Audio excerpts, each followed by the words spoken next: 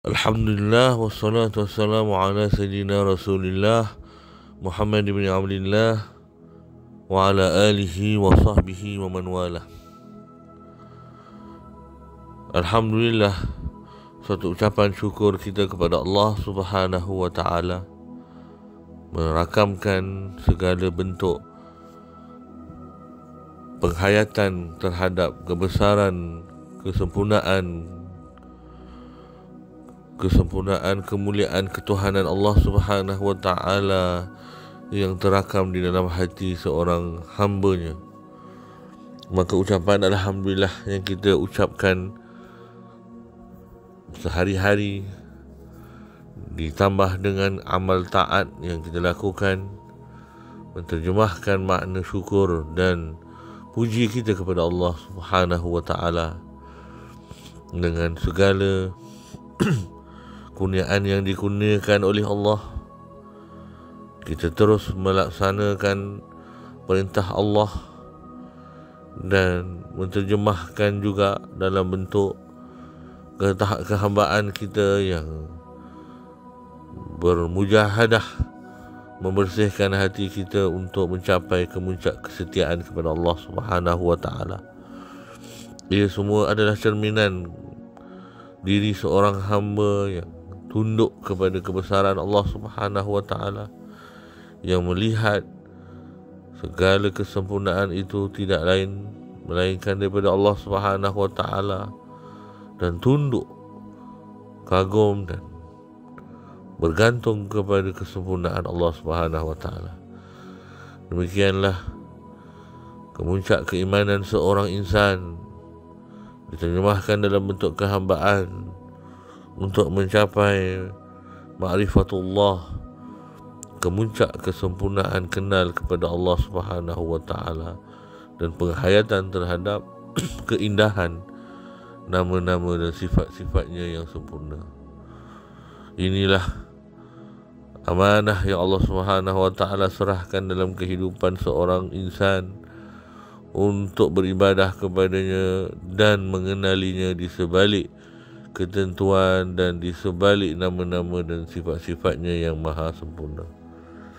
Maka kerana itu, apabila kita bergantung kepada Allah Subhanahu wa taala yang maha agung, kita akan menghadapi kehidupan dengan tenteram, kerana bersama dengan kita adalah Allah yang lebih besar, lebih menguasai dan lebih dominan dalam kehidupan kita.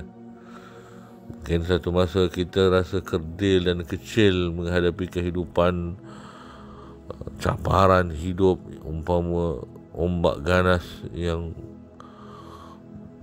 menghentam kapal-kapal besar lalu melambung di atas permukaan lautan. Tetapi apabila kita berhadapan dengan kehidupan ini dan segala kekacauannya, segala bentuk ragamnya, segala warna-warninya, kita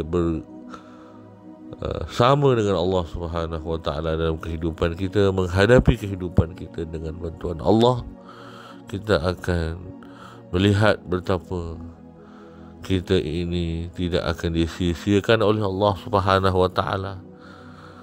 Kehidupan yang begitu luas, yang kita takut kesan-kesan yang tidak dijangkakan.